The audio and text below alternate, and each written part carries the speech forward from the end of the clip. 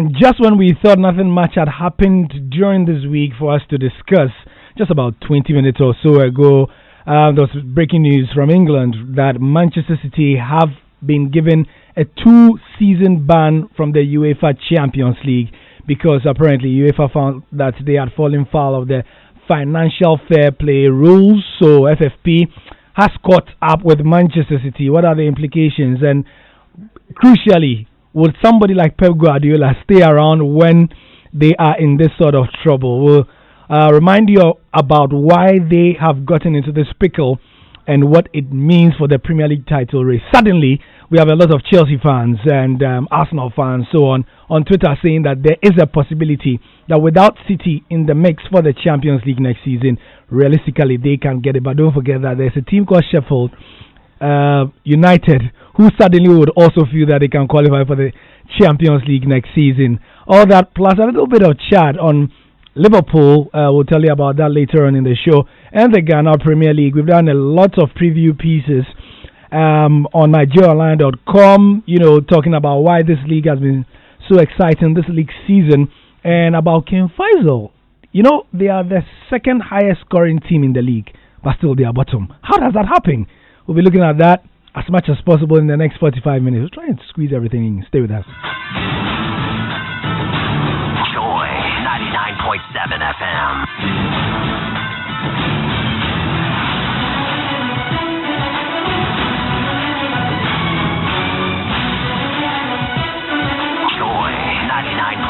On the move, that's what we are.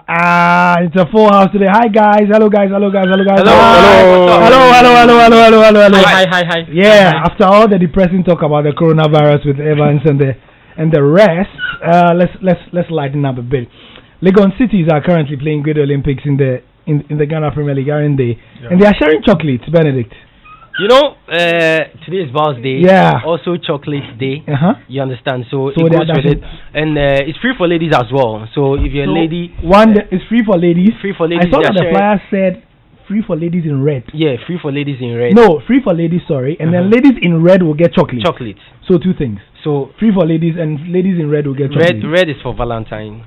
Is it? Yeah, of course. I mean, we've seen a lot of people in red today, and all has to do with the Valentine's Day feast.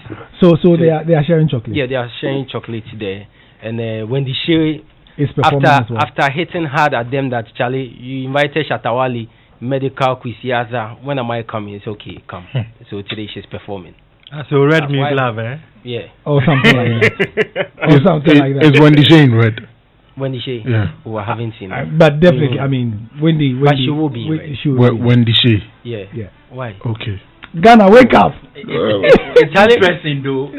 None of us in the studio is in red. Yeah. Nah, I mean, there's a gentleman in red. I think that we all made a conscious decision not to be too cliche today. The thing is, I noticed around the office that a lot of people did not want to wear red. The thing is, if you wear red, they look at you in a different way. Yeah. This guy, your age and at your age, you're wearing red and all that. But what has love got to do with it? It's not about what it's not about love. But it's got to do with our thinking of how we look at these things.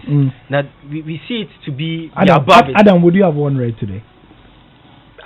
You have a lot of red. Would you have? No, I wasn't thinking about That's exactly the point. I'm not the type who, dress to suit the occasion. At occasion. Okay. That's the point. That's the point. When you are going for weddings and stuff like that. Or funerals, yes. Because that wedding is not on a Valentine's Day, so you wear your red. Of but course. today, Valentine's Day, you will not do it. Anything but red. I'm not even saying it occurred to you that you should wear red. So around the table, where's my courtesy? Let me introduce the guys who are speaking. Benedict spoke first with our desk. Adam, he's on loan back to. Sometimes footballers they can say that we've transferred this player, but he has the option to loan back and sell back. So he used to be with us. He went over to EIB, but he's on loan back for tonight. So Adam, welcome. Thank you, Gary. Yeah, Hans Mensah Andor is going. I'm in blue. He's in blue or some shade of grayish blue. Yes, I'm not sure. I'm sympathizing with Manchester City. Right, flight. Like that. We'll go into that, and then there's Mustau Nabila, Also who's in joined blue. us. Also in blue. Also in blue. Yes. And you know what's funny? He's our new signing. Yeah, new signing. He's Now, our new Hans, signing. Hans is no longer the new Oh, signing. Yes, Hans Mensah Andor. Since he came from Was a new signing. since he came from Takrady, Hans was our new signing for Yes. for almost 2 years. Yeah. Oh, that's good. For 2 years, he Yeah. was our new signing. Now Muftau he's a new signing. is our new signing. He's a on the week Joy old, Sports. actually. He's a week old. Yeah, He's no, our he's 5 days old. he's our He came Odion from Igalu. Nigeria. Okay. Come 5 on, days man. old. He's our Odion Igalu. Yeah, we officially unveiled him on the Joy Sports track on Monday. This one is not Hakim So Ziyech. what? This one is not Hakim Ziyech. So. No. He's not a winger. Yeah. This guy. But this one has signed and he's come. But He's he- here. and- don't say and neither he's not here I- on loan. Okay. He's not here on loan, and Alright. we've not quarantined him. Charlie, so- give me a permanent sign. Okay. So I'm not saying that outside the team. He's our Haaland. Yeah, Uh-huh. exactly. He's a goal scorer. Yes. Something like that. Haaland. All right. And you Welcome, know, welcome to the multimedia group. 25 years of joy, celebrating 25 years of media excellence. So if you join us as we celebrate 25, welcome Thank you. to the biggest and best. Superb Thank signing. you. Thank you. you know what's funny about Adam say, you know, coming here today. Yeah, When we were coming, actually, into the studio. when we got to, you know, he was at Asempa, so he's very used to the Asempa studio. Yeah, Hits FM, Adum FM. When we go here, the time we were here, the studio was at the other side. yeah. So when we came, he was going to that end. I went like, oh no, that's not. We have changed the case. We've changed. Yeah. Charlie, normal sister. Of course. He lost naturally. Things have changed. Things have changed. So today, guys, I mean, the biggest news came out, 30-40 minutes ago about Manchester City. Anybody want to know? I know it's on myjoyonline.com and elsewhere, but essentially the story is that, you know, City have been fighting UEFA for a mighty long time. UEFA claim that they essentially doped their system financially Exactly. by doping. You know how it is by doping. I mean, you try to cheat. You spend more than you earn. Yes, you spend more than you earn. And then you find money elsewhere too. You find money elsewhere, or what they call financial engineering. Okay, yeah. Yes, they wanted to finance. They conk up some numbers. And Yeah. So what do is that you don't want to play in or on an Even field. on On a an level. even Yeah. field. You don't want to play on a level playing field. And what it means for Manchester City is that right now, of course, they are in the next stage. We'll be having our Champions League coverage next week. Yeah. We'll be having commentary here. We will see and hear them in action. But next season is where the trouble begins for them. So, quickly, who wants to have the first bite? Did anybody see this coming? I didn't. I thought that Man City were too big, too powerful, too rich. Yeah. And I thought they would lawyer up to their chin. And this couldn't happen to them. And I'm really surprised that it happened. You know, initially when I saw it, I thought it was a hoax. But I had to actually wait and see it, you know, on time. No, but the thing about hoaxes is that they don't drop on BBC and elsewhere. I didn't see it on BBC. Okay. I saw it on Football Bible. Football Bible. Yeah, And yeah. you know Football Bible, yes, at times They like to troll and exactly. So when I saw it, I waited, and then later I saw it on Sky News, and I'm like, yeah, So this on. is very serious. And when I clicked on the story, the first place it took me was Manchester City's, response, their statement to the story, and they mentioned that. Well, it doesn't really come to them as a surprise. It's just that they are very disappointed. They state that City did not collaborate with them during the investigation. That's what UEFA say. Yes, that City did not collaborate with them during the investigation, and of course, and for City to have come out and say that they expected this and they are not too surprised, but it came to me as a huge surprise, especially in this time that that's the only trophy left for the side, and also for Pep Guardiola, since he won it with Barca, he's not been able to do it with any other club, and he sees this as a perfect opportunity. And this season, with how things are going, I'm not sure you mention City as one of the favorites for the title. And of course, if in the next 2 seasons they will not be available to play in this competition when they think they will be able to, revamp the team, then it will be a big worry. And most of the reactions people are, putting out there is that what it means is that Pep Guardiola will go and will not stay if City are not going to play in the league. But there's the other school of thought that, yes, Man City, they've been banned from playing in the UEFA Champions League for 2 years. Yeah. But they have the financial muscle to, go the full length of getting this either halved, you understand, or scrapped at all. But is this something realistic? Is it possible based on the findings? You understand? Yeah, Is it possible? Is it something that they can do? I think that they will fight on. Yes, they've already stated that they will appeal, which of course, it's right in their. They have the legal right to do that. But I'm just my worry is whether this is very feasible and something that they can fight for. And if not, they have to just call and go ahead and serve the 2-year ban. That also won't augur well for the club as well as the fans and even the manager who is there currently. So that's my view on it. Adam? Well, I am not surprised though. I mean, if you look at what happened to Chelsea when Chelsea's transfer ban came, that of Atletico Madrid. Initially, I thought, if you look at Paris Saint-Germain and then you look at Manchester City and some of the nouveau rich, clubs, clearly, I said to myself, if UEFA was going to, go strictly according to the dictates of the FFP, clearly, the likes of Paris Saint-Germain and say Manchester City were going to, fall foul of the rule. Now, Manchester City, just as you said in your intro, they decided to, engineer, financially by renaming the City Stadium Etihad, saying, okay, they were getting X amount of from sponsorship from Etihad. I think Paris Saint-Germain also doing something similar, and they were fine. But I said to myself, if you look at the financial fair play, if you read on it critically, there was no way Manchester City, with the way they were spending, with the way Paris Saint-Germain especially, they were spending. If they were going, like I said earlier, if they were going to go according to their dictate, those two clubs, there was no way they were going to escape the ban. So this does not come as a surprise to me. Like you said, well, they had a lot of money. They were going to fight it. And I'm sure UEFA, because of the financial muscle of Manchester City, did not want to come out and then lose on an appeal. They wanted to. But Man City can appeal though. No, they will appeal. And they will. For them to have come out, to stick their neck out, to come out with this ruling, I'm not sure anything better will come out of the appeal. And it's interesting. Even if they're going to get something, probably it's going to be half by a season. Yes. Or going to escape the ban. Or even initially, per the reports that emerged initially, the UEFA investigators actually wanted at least one season ban for Manchester City after the investigations started. But following the investigations, probably they think that they merit at least 2 years ban. Somewhere in November, Manchester City actually went to the Court of Arbitration for Sport, asking that they shouldn't let the Financial Crimes Unit of UEFA to investigate them. And CAS said that their request was inadmissible because UEFA had the jurisdiction to investigate them. So this clearly brings us to the point where everyone would be saying that would there be any positive outcome? Should they appeal this? The big question is, if CAS actually said that UEFA had the jurisdiction to investigate you and now you're going back to appeal before them, chances of you winning this is very slim. Very, very slim. And that's one thing that Manchester City lawyers probably will be thinking about. And it's interesting, Hans, before you come in.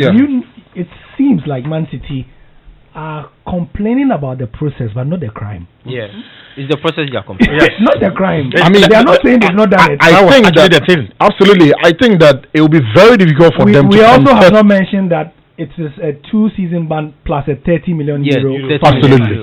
Yes. It will be very, very difficult for them to contest the crime itself. I mean, I think at best we're looking at a sanction that was lower than what has been imposed on them. I also noticed that UEFA stated in their release that City have a right to appeal, and indeed, if they exercise that right, they will hold on to publishing, the full reasons why they've imposed the sanctions. And I also noticed that we are looking at a period from 2012 to 2016, is it? Yes. 2012 to 2016. And it's a period where City chalked a lot of success for absolutely domestic success for a lot of the clubs in England. I'm sure they will start wondering what might have been if City had not spent, beyond what they were earning. The FFP rules is grounded on a simple principle: don't spend more than you earn. Exactly. Okay, and so did they compete on a level playing field? If everybody had a shake, and the Sheikh decided to splash money left, right, center anyhow. If the Glazers had decided not to play by the FFP rules, if Abramovich had decided the same, what situation were we going to have? You know, and so it raises a lot of questions as to how City have competed. Bear in mind that in the modern game, a lot of your success on the field depends on, you know, how you are competing financially as well. You are competing against other clubs for top players, and we know the number of top players that City, you know, got ahead, you know, of other clubs. Yeah. And so you do wonder that if other clubs or City, rather, if City have played fairly, if City have played by the rules, would they have chalked the successes that they chalked within the period from 2012, you know, through to 2016? But it's actually very difficult for clubs to play to the rules. You need to find ways of maneuvering the rules. City will be. They will feel hard done by, because I mean in their defense they might say, you know, at the time that Roman Abramovich bought Chelsea, if there was an FFP, if you look at the spending, the FFP came in 2011. I'm just saying. I'm sure, you know, most of the clubs, just as Hans said, most of the clubs felt they were not competing fairly with them. Yeah. But during the dominance of the Manchester United and the Chelsea, it was at the time that Manchester United simple. If you have a spending, simply buy any other player in the league. I think the problem, other teams could not compete with Manchester United. They were virtually buying all the best players from the other 19 clubs. And now Chelsea, when Roman Abramovich also came, did same, brought in lots of, you know, foreign players. Got all the best players that they could. You see, but the thing is, when Roman Abramovich came, I mean, how much was an expensive player then? You understand? When Madueke was signed for 24 million euros, it was a huge amount. A huge amount, but not now. But you have to look at the FFP. Simply, just as Hans said, you look at how much Chelsea was spending and how much they were earning. Of course, they were not earning that much. Because now, at that point, if you look at Manchester City now, from the period of 2012 to 2016, yes, they were winning a lot of laurels, but they were not enjoying that overwhelming appeal. Absolutely. Because in terms of player sales, the players that were coming, I mean, the price of the players that were coming was definitely more than the players that were going out. Yeah, you can genuinely say that because Manchester City are looking appealing. But okay, guys, one at a time. A lot of sponsors will love to come up, and that's where the owners of Manchester City will feel with this ban. Now it gives Pep, who really will want to, you know, dodge the bullet out. He's looking for a way out there. It gives him a lot of reason. And the guy, a lot of reason to leave. Especially with Juve. Yes. And that's juicy. I don't know how true that is. With that juicy offer, you know, the Juve thing has been building up this week. Making him there. People are very saying this week. The thing was there last season before the English Premier League. I've forgotten when he had to answer the Messi offer. I know. And it's looking appealing. He will be the first manager to have those two players at his disposal. But you see, on face value, Gary, on face value, the FFP as it stands still presents the same problem that it purports to deal with. Because you see, if you say that clubs should spend what they earn, there are clubs that are earning more than certain clubs. And I'm not talking even in terms of player sales alone. Manchester United is a commercial giant. Sure. They have all the sponsors across the world on several levels that you can find. There is no way Newcastle United can attract the sort of sponsorship money that Manchester United attract. And so, if you leave the FFP just as it is, then you still have the same situation. You are still going to have Manchester United being dominant. You are still most likely again to have City, because over the years, success means that they are also going to attract more sponsorship. Chelsea as well. So the big boys are still going to overshadow, you know, the smaller teams in the various leagues. So, I mean, I think it requires a bit of tweaking somehow, you know, because at the end of the day, they want to achieve a level playing field. Yes. Especially in terms of the transfer dealings. But when we all know that clearly certain clubs have the muscle to attract more money than others, you haven't really solved the problem. And in terms of player sales, the big boys do not really get players going out. The money that they had it because I mean, if they buy more than they sell. If let's say Manchester City they want to get rid of a player, Manchester City cannot make 100 million. You understand? They always will buy players 100 million, 80 million, but players that will leave Manchester City will not go for that. Some will go for free, some will even go for 5 million and all that. So they just need something to cushion the books and all that. You know, one interesting thing about all this thing, what we have actually not realized is that just recently, this week, the Independent reported that some club officials, some heads, actually went into a meeting and said the Leicester story should be once in a while. In a lifetime. In a lifetime. Isn't Miguel Delaney story? Yes, Delaney. Yeah. That clearly tells us that even these big boys, even the people who spearhead these competitions, have interest. They know that the more the big teams, in the so-called Super League, the more the big teams do well and win, the more they make the money. Yeah, sure. The more sponsors come on board. Television, everything. So this clearly tells us that this probably is one of the few things that will get clubs to come to a level playing field. And if you're not able to enforce the rules and regulations governing the competitions, it's actually going to be very difficult for us to have that special. That's just as Hans said. It will be difficult. It's still making it difficult for the. So for me, I don't think that it has changed anything. I feel now it won't change. If there's a certain sheikh who wants to invest in a particular club, the first thing you have to do is to investigate that sheikh. If truly the money, but I don't do that. That due process thing. I mean, if you do that and then the club becomes another appendage. Why do you want to? No, it is my property. Is it going to be the responsibility of UEFA to do this or the?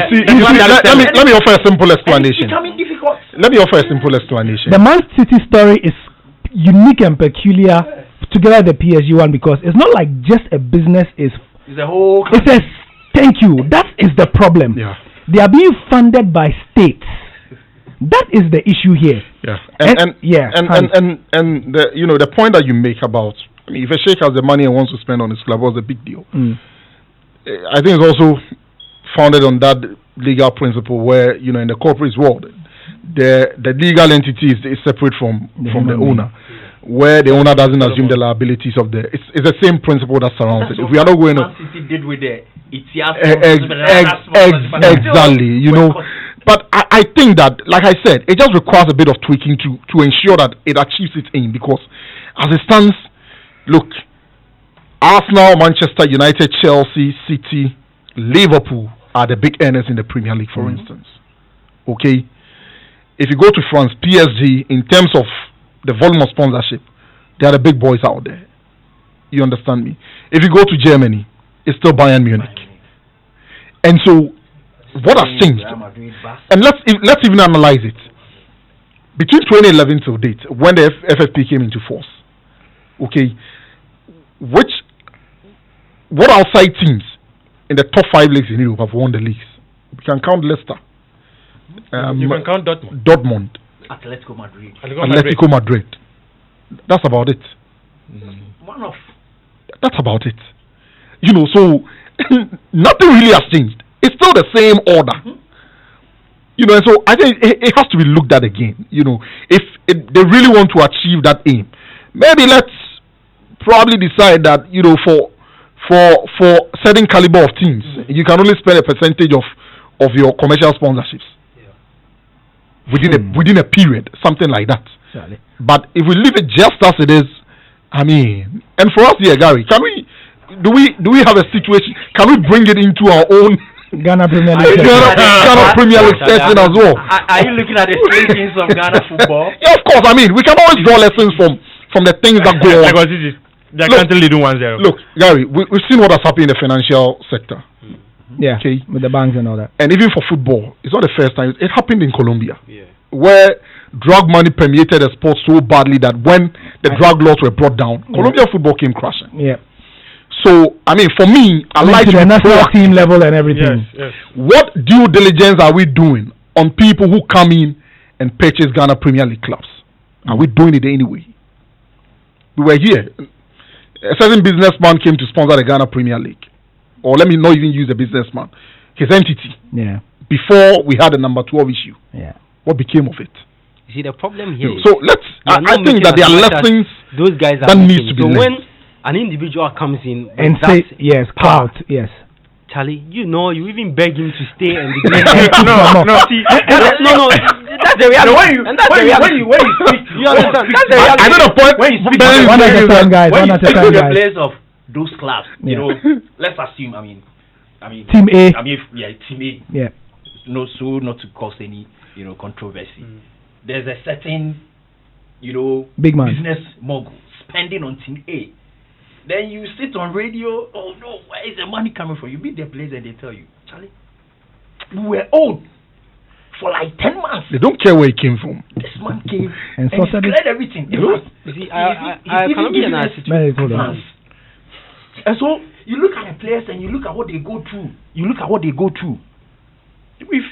I mean, we know. Yeah. Our friends. Yeah. And so it becomes very difficult. Let me tell you a quote from the two Escobars, a documentary on Colombian football. Sure. There was a Colombian defender, forgotten the name, and it resonates, given the point that he's making, that people were demonizing Pablo Escobar, the drug lord. Yeah. He was seen as a criminal. But for them, as young footballers, while Escobar was accused of putting bullets into people, he was giving them football pitches. Yeah. So the point Benedict was making, You are that changing livelihoods. absolutely, you have to situate it, and a lot of people have made that point.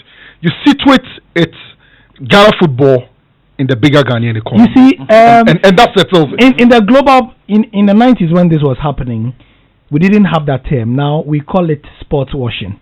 That is the official term for it, which is a fancy way of saying money laundering in sports. Yes. Oh, in Colombia, it's called narco soccer. Narco soccer, Yeah. yes, but it's also called sports washing, Yeah. which is what teams such as Man City and PSG, the City Sports Group, Absolutely. and so on are being St. Petersburg and all are being accused of Qatar. Yeah. Qatar hosting the World Cup, and the stories are endless. All these states. I mean, just to expand the discussion a bit, the International Olympic Committee, as you know, at the moment is having one of its most challenging periods in its history because the Olympic Games has become such an albatross around the neck of cities that when you say you want to bid for an Olympic Games, no right-thinking citizenry will say that let's go and bid for an Olympic Games. It's very expensive, and the legacy simply does not add up. The math does not Just add 1 up. week term. Yeah. So for example, a classic example is Durban 2022. 2020. They were in a comfortable lead. They were about to host it. In the end, they dropped it, and then Liverpool. Birmingham. Is it Birmingham or Liverpool? Birmingham. Liverpool. 2020, yeah. Liverpool 2020. are going to be hosting that one because it's just too much for them. Now, sports washing has become a big issue because the traditional sources, of money for these clubs are going dry. Yeah. So you are needing the oil. Yeah, you need one person who who has power. a bottomless pit or a bottomless pocket or whatever it is. And now, because of human rights groups, some of this money, where is it coming from? So people are for example, saying that, a lot of concern. yes, where is this money coming from? The states that it's coming from are involved in human rights abuses, they are having slavery issues, and so on, and so on, and so forth. And some people have said in the last hour, since the story broke, that this is the larger context in which UEFA are doing this. Because they want to stop and clamp down on these, nation states Absolutely. from putting their monies into European football because it's damaging the sport, it's creating inequity because you are having, just like the supermarket phenomenon, where all the corner stores are being closed down. Non-sporting interest. It's not rather another political. It's a political tool. It's a political tool. I mean, soft power. They are using it as an avenue for soft power. It makes sense that UEFA would not want, an external state or an outside state. Yeah. To be specific. Exactly. Gaining control of European football. Of European football. But you know what is interesting, Gary? We've been talking about how the Europeans think that money is killing the game, is taking the equality away out of the game. Here we are talking about money. And it's the paradox that maybe just like in many areas where we say Africa rising, and so with just a little bit of positioning, we're able to attract some of that money with just a little bit of it. We can get it. Just like pyramid. That's an interesting point you just made. Pyramids. Yeah, It's a perfect example. That's an interesting point you made there. There are people with money and they are being prevented from putting the monies into certain clubs. We need the money, but we are not positioning ourselves to attract this. Is that not what we have here? So let me give you an what we have here in Legon cities. Well, Gary is looking at a situation whereby we get. You know something? Who owns Legon City? From my understanding, the club is run by a consortium in Germany. Yeah, the activities are just here. So Benedict, let me make a quick point. I was meant to understand the project is bigger than all of us. Yeah. So that is what I was told. Now, Gary. Yeah, Hans. In this part of the world, in this country, when you ask who is the owner and you don't get a direct answer, you need to probe further. Yeah. You understand? In this case, we know the owner. We do? Yeah, we do. Because if you go to a registrar general. You mean the paper owner? Okay. Oh, well, we don't want the paper owner. When you get answers like it's a consortium based in somewhere, Papua New Guinea or some Azerbaijan somewhere, you can't trust it. No, but I mean, just to buttress what you said, Gary. I mean, with this going on, and these people, yes, they have their money. The Chinese also tried what they. Inter Milan, AC Milan. Yeah, they also tried. They are, just as you said, it's a way to show it's a power, soft power, and they are also looking at places to extend their power. So if we position ourselves, believe you me, we need the money. We need it in our football. We need it in our economy. But do we need the money without questioning the source of the money? How often do we question? That's a question. That's a question I ask. No, how often do we question that? Like I said, Adam, like I said you have earlier, the floor. If UEFA want us to believe that they were so strict with this FFP, they should have done it long ago. We would not have got here. Yeah, got in here. PSG, Man City, even Man City spent to this level. You know the first season of FFP. Open their doors. You come in. When the complaints started coming in, UEFA quickly tweaked the rules to allow Manchester City to be able to circumvent it, and then PSG as well. So in the first season, and funny enough, PSG's owner Al Khelafi actually even got into the UEFA Executive Council within this period. Now, what they wanted. I was reading the documents just before coming on air. The story just broke, and going through the press release and some of the PDF files, it emerged basically through the investigations that UEFA officials and Al Khaldoon, the Man City boss, had been exchanging emails regularly. And Al Khaldoon had been suggesting ways to circumvent the FFP, and the UEFA officials had been saying that, we suggest that you should pass here. And Khaldoon said, rather than pass here and get the eye of the media, I'd rather spend, and this is a direct quote, he said he'd rather spend 50 million lawyering up to clear the name of Manchester City, because he does not want the situation where the name of Manchester City will be dragged into the mud to a point where the brand will be unsalvageable. That was his point. But City have been smart. That's City have been very, very. Look, you know Inter Miami. Yeah. You know Inter Miami. David Beckham in Australia too.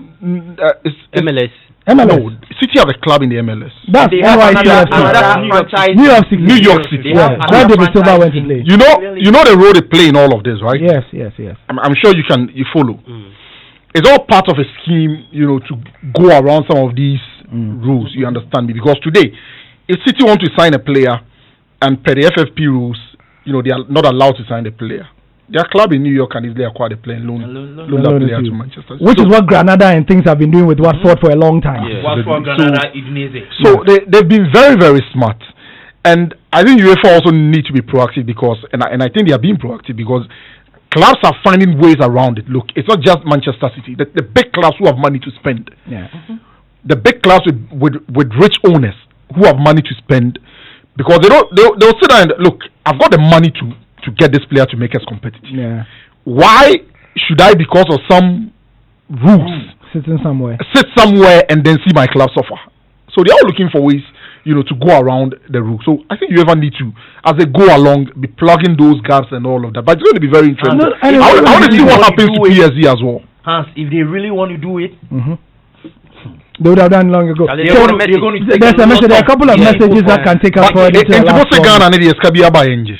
No, we haven't said that. I think that in your current situation, where clubs Okay, so for now Escabia by NG. you know, but you see, No. and Hans, you said we should situate things in the national context.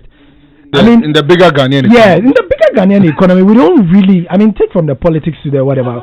It is not culturally part of us to question the source sources of of money. To go question I where mean, you let's get your start money from from. let's start from this Valentine's weekend. People will spend.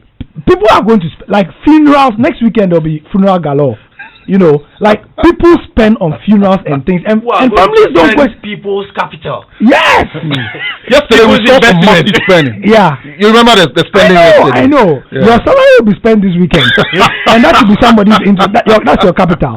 So we traditionally don't have a culture of questioning things, and I think that is where it comes from. So if it permeates the national psyche that we question the source of certain monies, I think that we can talk about football. But we have a long history of money laundering, using football as a conduit. I mean, we know the stories. It's common. I mean, we know the story. Some Division 2 club will spring up tomorrow. You know, they'll blaze for like 3 seasons and then they vanish. very soon. Should we act now or wait for another situation? What? Should we act now, knowing that you see, sometimes I think we know that this situation exists. Even Now or wait for announcement? Even in Europe, it took them 4 to 5 years to act now. How much money you They got? have money for a certain period. That's what you said.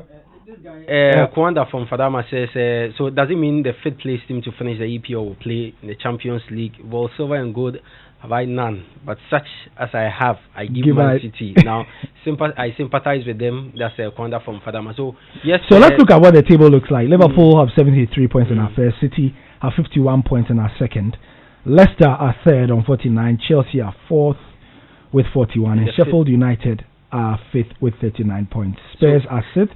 So if the season were to end today, now it means that Sheffield will play in the Liverpool, Champions League. Leicester, Chelsea, Sheffield will play the Champions League. All right, okay. So Kwanda with Tottenham, Spurs and Everton, United. with Spurs and Everton and United having a Europa League. Yeah, so okay. So this one is coming from Francis Azuma Master. You guys know get points. Me, I be headmaster of a full basic school. I was in a red shirt to school today, and my teachers were very happy whilst my students were bringing me gifts. Wasn't it nice? Chop the Valentine. It was nice. I can imagine. Chop the Valentine. I wish I were in this in a school. in a school. Yogi from Canada. Yeah, Valentine is not celebrated here in Edmonton, Canada. Let alone for people to wear red dresses. Okay, all right. Only in Ghana. It's only in Ghana. Anyway, so we use the final 10 minutes. So essentially, that's the Man City issue. But Mustau, you found out something about Ofedosai Palmer. It's been a while since we heard his name. You know, in the GFA polls and everything that happened. I mean, listeners may recall that he was disqualified. Some may say fairly, some may say unfairly. Because of legacy issues, as I like to put it, with some player transfers between Ghana and Hungary. He has vowed to clear his name because he believes that if he clears his name now, he may be able to, in the next GFA elections, be able to, else they'll be able to use that same stick to beat him. There's some new information about that issue that went to the Court of Arbitration for Sport. Yes, definitely.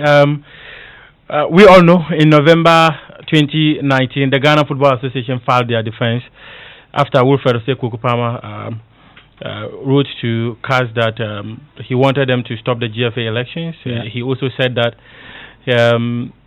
should the GFA proceed to organize the elections without him, CAS should declare the elections null and void. So there have been ongoings back and forth. The GFA named Francis Essa, the IT manager, and then Frank Davis of Davis Law Firm as their witnesses for this case. And then just last month, they named their various judges on the panel. The CAS regulations are such that you appoint a judge on the panel. So a 3-man panel. Yeah, a 3-man panel. So let's get it clear. You who are filing the case. Yes. You appoint a judge. You appoint a judge. Okay. The defendant will also appoint a judge, and CAS will appoint the chief judge. Yes. So the GFA So it's the appellant and the defendant. The defendant. Okay. The defendant here is the FA and Palmer is the appellant. Yes. Okay, sure. So what this means was that they needed to pay like 44,000 Swiss francs. So the Court of Arbitration for Sport wrote to the Ghana FA and then Palmer on 27th of January, asking them to make the payment within on or before 10th February. So the Ghana Football Association refused to pay. Palmer made his payment. So Palmer decided to follow up. 22,000 Swiss francs is just about that's about $22,000, a little over $22,000. Okay. So the Swiss franc and dollar is like about 1:1. Yes. Sort of. So what happened was that Palmer decided to ask the Court of Arbitration for Sport Financial Department whether the GFA has made payment, because there's that history. Interestingly, when Mickey Charles took the Ghana Football Association to the Court of Arbitration for Sport, they were asked to pay about 16,000 euros or so. GFA refused to pay. Mickey Charles had to pay that on behalf of the Ghana Football Association for the case to be heard. For the case to be heard. Wow. So the GFA again decided not to pay for that of Wilfred Osei-Kweko Palmer. So CAS is saying that Palmer has up to February 27 to pay for the Ghana Football Association for the case to be heard. What happens is that if he fails to pay, technically, the case will be thrown out. Okay. So he must pay so that the Ghana Football Association will go for a hearing. If they go for a hearing and he wins, the Ghana Football Association will pay every single penny he has spent. I was able to reach out to the Ghana Football Association to ask why they didn't make the payment, and what they said was that the CAS regulations allows it for them to pay or not to pay. So they decided not to pay. Let's fast forward. What happens should Palmer win this case? Well, what Palmer was asking from the Court of Arbitration was that they should declare the elections null and void. Yeah. So should Palmer win? It has happened elsewhere before. Yeah. It has happened before. So where the new administration was in office, but this ruling came, and so they had to go. They had to go back and organize elections again. So what it means is that should Palmer win this case at the Court of Arbitration for Sport, Keto Krako will no longer be the president, because they will have to go for another election. Oh wow. That's the point. That's what is happening right now. And one interesting thing is that the Ghana Football Association went through all the processes. When Palmer filed, they responded. You responded. When you were asked to put together your witnesses, you did. When you were asked to name your judge on the panel, you did. It got to the point of payment, you refused to pay. In the case involving Tema Youth and Dreams FC, the Ghana Football Association actually paid that money. That money was about 17,500 euros, if my memory serves me right. The GFA paid for the hearing. Palmer won, and that was it. But at this point again, should Palmer also win, or even if Palmer loses this case, the GFA will still pay Palmer 22,000 euros because he paid it for them and they won. Yeah. So the GFA will still pay him the 22,000 Swiss francs, even if Palmer loses the case. Interesting. We have to add that yes, he will pay that money. He will pay before the deadline. Palmer will pay. No, he needs it. He will pay. Yeah. But I think that if you want to serve justice and you go with this, then how do you serve justice? The rules are very funny. It allows you. So, for instance, I want to situate it to you and I. Yeah. If you take me to CAS, and you are the defendant, I am the appellant, and you have to pay, I have to pay, I pay mine and you don't pay, automatically what it tells you is that we don't have a hearing. We don't have a hearing, and then the case is thrown out. Yeah. So for me, there are some issues with the CAS. Absolutely. Their process and their ruling. They have to review. They have to. Really I mean, a lot of people have said that CAS is another extortionist scheme. You know, it's very expensive. It is very expensive. Very expensive. 44,000 Swiss francs. Charlie, it's a lot of money. And aside that, you have to pay your lawyers as well. Yes. So you understand. So flights, everything. So I'm thinking that if Mr. Palmer is going to pay this money, he's spending in excess of 50,000. Swiss francs for all these things, going up and down and all that. But one thing that we should also be mindful of, he's seeking a relief that if he wins this case, the election should be nullified. Yeah. I mean, if I were the FA, what I would do is, at that point, you cannot call the man to sit down. You understand? It would have gone too far. So, unless maybe there is money, unless maybe there are genuine reasons why they don't want to do this, but if sit down with him, if they are hiding genuine reasons why they don't want to pay the money, unless maybe there are genuine reasons. Hold on. Let me finish. I'm just saying that unless you understand, but if I were the FA, I would just go ahead and pay. But if there are genuine reasons why they don't want to pay, well, that's up to them. And what you have to be mindful of is that you are forcing the man to go and pay the money. Yeah. Should he win? You cannot call him and say that. I said that. Let's settle this. It would have gone too far. But I think that at this point, it's a legal maneuver. And that's what Benedict is trying to explain. That is it a legal maneuver? It's a legal. From where I sit, I think it's a legal maneuver because. Is it necessary? Maybe. I don't want you to. I'm coming. I'm saying that from where I sit. That's an opinion I'm sharing. Yeah, of which you are not wrong. No. I'm just saying that. Wrong. Yeah. If I were the FA, I'll do the same. I'll tell the waters. I'll decide not to pay and see if Palmer is going to pay, because they are not in the mind of Palmer to know whether he's going to pay or not. For them, if Palmer refuses to pay, that's the end of the matter. If he pays and they go and they win, it's still the same outcome. So, I mean, from where I sit, it makes sense for the FA to decide not to pay. It's a normal thing. What if he wins? Are you now going to call him and say that, we have... If he wins every single penny... Can I throw in my own what if? What if he loses? No, so if he loses, then it's that's what I'm talking about. If he wins... Look at, and Ghana football has made gains in the first 100 days. Absolutely. You see? But you see, at this point, what can the FA really do? What sort of negotiation to achieve what can they really have with Palmer at this point?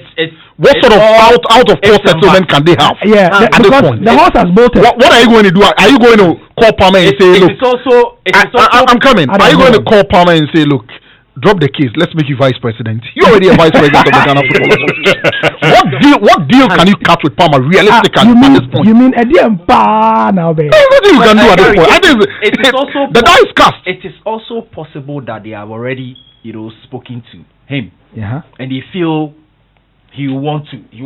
No, for Palmer, clearing his name is very important. Beyond the real. Okay, guys, one at a time. Let's just say we are not sure. Let's just say we are not sure. Okay, guys, we are going to close the show, so let's close it.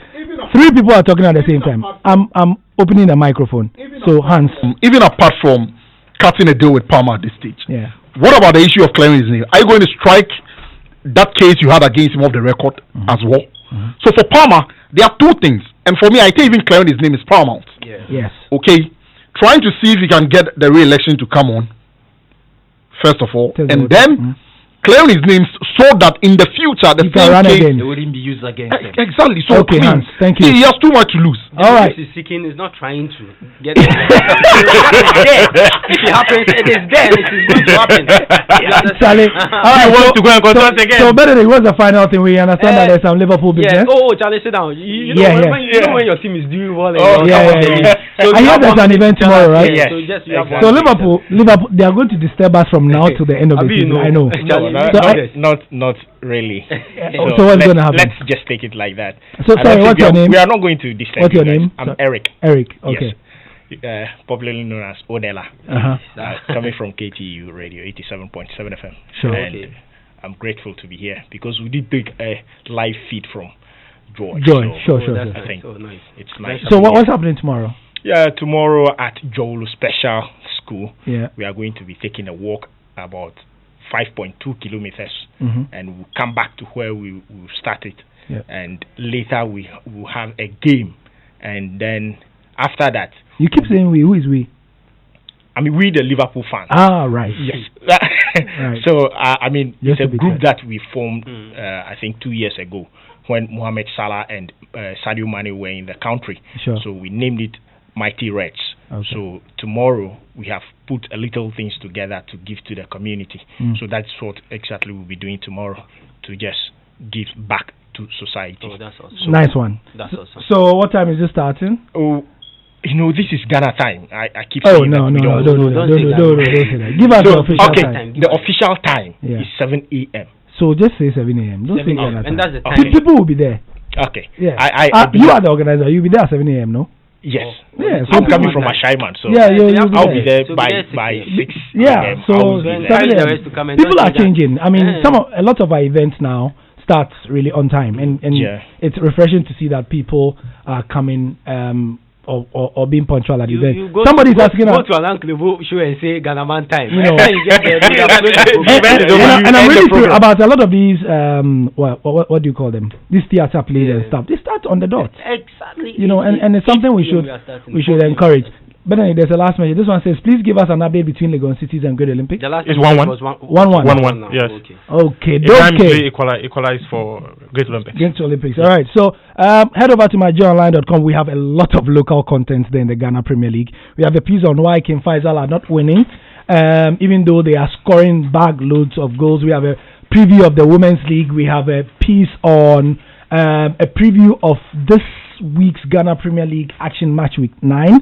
And what else? Musta, what article did you write again? The one on Adebayo. How Intala found him. Yeah. And how he's blazing everyone apart. Yeah, George Ado has done a piece, a Q&A with Victorian Adebayo as well. Did some amazing one. Yes, Nathaniel Ato has done a piece. It has become very exciting. 10 things he looked at. Yes, so there's 10 things. 10 reasons why the Ghana Premier League has become exciting this season by Nat Ato as well. So we are sports for choice when it comes to local content. In fact, I just did a piece before coming as well, how the foreign coaches in the Ghana Premier League are faring against their local counterparts. So that's also been uploaded. Lots of reading material, and follow our programs tomorrow and on Sunday as well. We'll be here on Monday for the Joy Sports Track to track how it's all gone again. I'm Gary Oswald. Thank you for your time. The Love Experience from the Labadi Beach is up next. Good night.